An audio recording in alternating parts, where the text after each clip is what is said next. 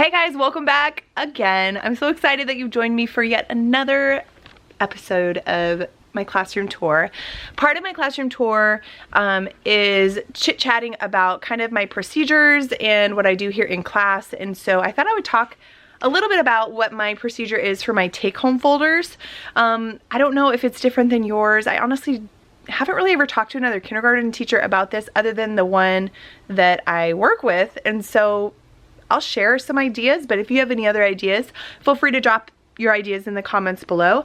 So I'm going to talk to you about the calendars that I put on the folders and parent communication and why I put calendars on the folders and communicate with parents via email and an awesome app. Okay, so let's go ahead and jump in.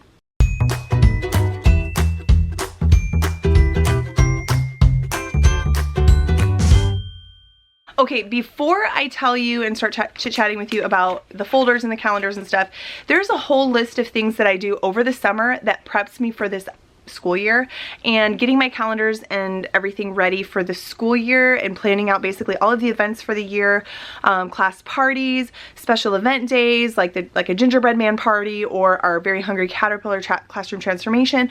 I get all of that stuff on the calendar beforehand, and I literally print off all of my calendars before the school year starts. So I will show you, and this kind of ties in with the video that I shared with you about how I organize my classroom curriculum. So this is my humongo file cabinet that I got off of Craigslist for super cheap. But inside here is where I store all of the calendars for every single month of the school year. And so there's a bunch of calendars up front here that are, you know, the ones that are already done and old and used. And I keep those because, well, I'm going to talk to you about that in just a second. But basically I keep those because it helps me track behavior patterns with my students. And I'm going to elaborate more on that in just a second. Then there are a bunch of months here. So this is the month of February. And it's got basically like all of the dates and all of the special events and all of that that we need to be concerned about and the parents need to be concerned about. And I print those ahead of time. So I've literally got the entire year printed, ready to grab and go so that I can just like change them out on the students' folders. Okay. Okay, so now I'm gonna walk over here. I thought I heard something. I'm gonna walk over here to my rainbow table.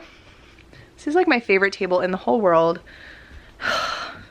This is my small group table that we added this year too.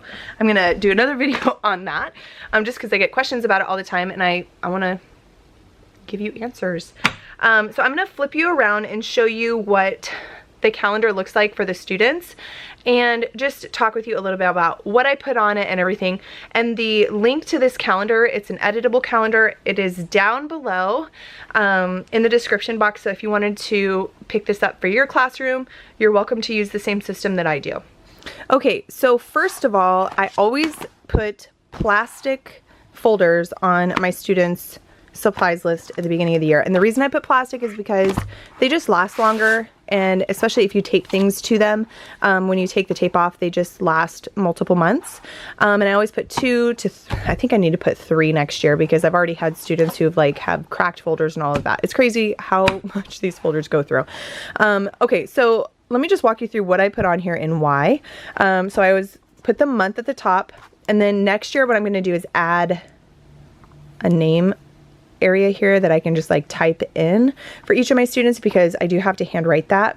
And then for each week, I teach at a Christian school, so there is a memory verse that they are required to say. And so we say our memory verse is on Friday, and so I just put this week's memory verse in one column, and then they're required to say it on Friday. And then I just put the date like in the upper left hand corner, and then, you know, it's set up like a calendar. I mean, you guys can read it, right? Okay, so on each day, let me see if I can zoom in here. So today I was good at, there's like a little column here, listening, helping, working diligently, and today my challenges were these things. And then I left a little like area in case I needed to write something specific. And I do check these. I mean, you can see this is actually my son's folder, so I don't check those with my son just because I'm in here with him. However, for students, other students, I make sure that I consistently check this because The circles represent the color card that they got, and we use a clip chart. This is our clip chart over here. It's kind of blurry in the background, but we have a star, a green, yellow, blue, orange, red, and basically the further down you are, the poorer your behavior was. And so he does pretty good in here, obviously, but this is a really great thing for me to use, a tool for me to use to help with like parent-teacher conferences, say for example. So once parent-teacher conferences come around, I can basically pull that child's calendar for the month or two before for that quarter, and I can talk to parents about patterns, maybe, especially if I have a student who kind of has maybe some behavioral challenges. So say for example, I noticed that every Tuesday a student is getting bumped down or having a hard time obeying the first time, or just is challenged behaviorally, and they go home every Tuesday with like a yellow card. At parent-teacher conferences, that is such a great discussion starter for me, because I can look at their calendar, show their parents the calendar, and ask like, do you do anything on Monday evenings that might make your student more tired? Or can you explain to me, you know, why there is this trend? I've literally used that in parent-teacher conferences, and I have found out some amazing things that have helped give me insight into a student's behavior. And so anyways, I really like to say the calendars too, just as like just as something that is a tool that I can use in conversation pieces. And then it really helps me see too if like parents are looking. That's another thing. For parents who are not digital, this is a great thing for them to just reference. There's kind of like everything in one spot. We've got all the events for the month, we've got the memory verses, and then the folder actually acts as like a take-home folder for any flyers or announcements, or I send home monthly projects for students to work on. So this month we're working on community helpers. So every student got a community helper project sent home. And then if I'm looking at this every day too, I'm able to see like what students' folders have not been looked at, or you know, if there's a lot of stuff in it, I'm able to send a message to the parent like, hey, there's some really important information in your student's folder. Please do me the favor, clean out your student's folder and check out all of the flyers or the information in the folder. And that just kind of like helps me stay, I don't want to say on top of, because that's not the right word, but just helps me understand how much the parents are looking at the folder. Okay, I'm going to flip you back around and show you some more. Okay, and then the last thing that I wanted to show you was just that I put all of these special events. Now December is crazy, so we had a Polar Express pajama class party, a Christmas program, a gingerbread man party, and then we had vacation. And the Christmas program, we had like practices like every single day these weeks. And so anyways, it was just super, super busy, and being able to basically pull this out of a student's backpack, or you know, tell the parent to just look on the folder for any events, is just an extra tool, and it really saves me, the teacher, a bunch of hassle constantly answering questions and messages from parents. I feel like you can never over communicate enough to parents, just because I feel like the more that you communicate, the more that they're going to hear it. I think I heard a statistic recently that said something like people need to hear it 7 times before they remember it, or something like that. It was crazy. And I was like, 7 times? As a teacher, I can't even imagine. But if they are getting it on the folder, if they're getting it on the app that I use, and I did a Classroom Dojo, Class Dojo video previously, I'll link it down below, all about how I use Class Dojo to communicate with parents. And if you haven't heard of Class Dojo, I really highly recommend you check that video out, because it is like the easiest way to stay on top of communication. It also has all of these tools and features built in. Like I send videos and pictures every single day to my parents, and then I also will put a call to action in a video, or like, meaning, so I'll post on Class Dojo and I'll say something like, if you know, here's a picture of us. So today we had a librarian visit us in class. I'll say something like, you know, Mrs. Paula visited us.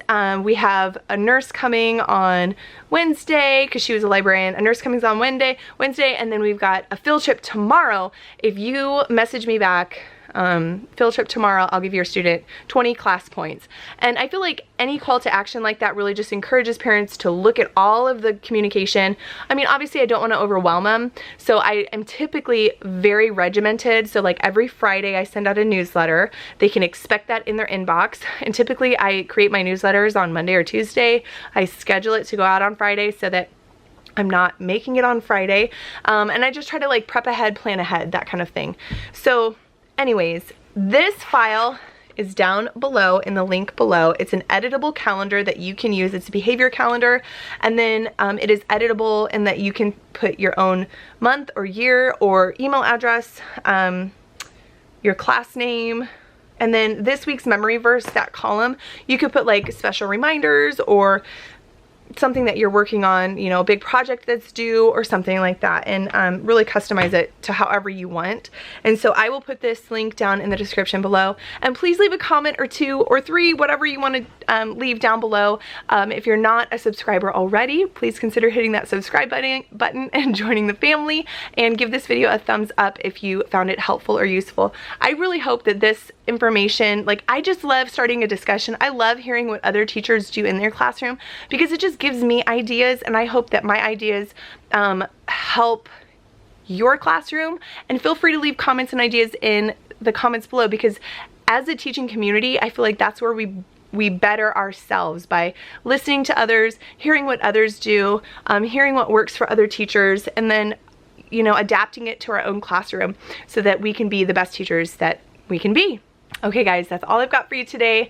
I am working on a series of videos for my classroom tour. I decided to basically chunk out a bunch of smaller bite-sized videos for you so that you're not having to sit down and watch a huge long video on my my humongous classroom and all that I do. I feel like there's just so much in here that I want to share with you, and I feel like one video just, I don't even know what I would title it. So I will link down below the other videos that I've created for this series, and yeah, I think that's all I've got for you today. So I will see you guys in the next video. Bye!